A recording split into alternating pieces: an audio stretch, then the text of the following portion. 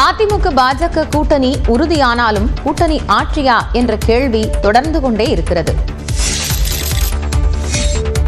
தமிழ்நாட்டில் 2026 தேர்தலிலும் கூட்டணி ஆட்சி கிடையாது என்று அதிமுக எம்பி தம்பிதுரை திட்டவட்டமாக தெரிவித்துள்ளார். தமிழ்நாட்டில் இதுவரை கூட்டணி ஆட்சி அமைந்தது கிடையாது, இனியும் அமையப் போவதில்லை என்றும் அவர் உறுதிபட கூறியுள்ளார். வருகின்ற 2026 எடப்பாடி பழனிசாமி தனியாகத்தான் ஆட்சி அமைப்பை பார்த்தவரை கூட்டணி என்பதற்கு நிலைமை கிடையாது. தமிழகத்தில் இதுவரை கூட்டணி ஆட்சி வந்ததும் கிடையாது, இதுபோல் வரப்போவதும் கிடையாது. கூட்டணி ஆட்சி குறித்து மத்திய உள்துறை அமைச்சர் அமித்ஷா மற்றும் அதிமுக பொதுச் செயலாளர் எடப்பாடி பழனிசாமி முடிவெடுப்பார்கள் என பாஜக மாநில தலைவர் நயினார் நாகேந்திரன் தெரிவித்துள்ளார். எங்களுடைய உள்துறை அமைச்சர் அமித்ஷா அவர்கள் எங்களுடைய கூட்டணி கட்சியினுடைய தலைமை அண்ணன் EPS அவர்கள் என்ன பேசிக் கொள்கிறார்களோ, என்ன முடிவு எடுக்கிறார்களோ அது நடக்கும். கூட்டணி ஆட்சி குறித்த விவாதங்களுக்கு மத்தியில் நெல்லையில் வருங்கால முதல்வரே என நயினார் நாகேந்திரனை வாழ்த்தி பாஜக நிர்வாகி ஒட்டிய போஸ்டர் அரசியல் வட்டாரத்தில் பேசுபொருளாகியுள்ளது.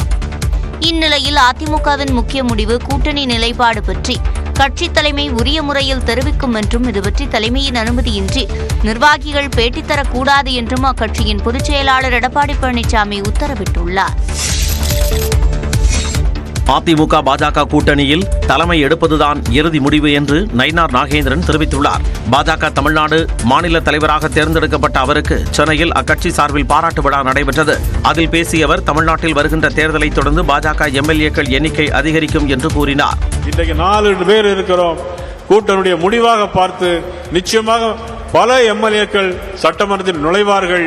சட்டமன்றத்தில் பாரதிய ஜனதா கட்சி தொண்டர் சட்டமன்றத்தில் நுழையும் போது அங்கு திமுக சட்டமன்ற உறுப்பினர்கள் ஒருவர் கூட இருக்க மாட்டார்கள்.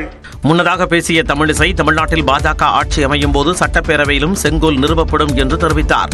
தமிழகத்தில் வெற்றி பெற்று சட்டமன்றத்தில் அமரும் பொழுது அதே செங்கோல் தமிழக சட்டமன்றத்தை அலங்கரிக்கும். மரியாதைக்குரிய பாரத பிரதமர் மோடி அதை வந்து நிறுவுவார்.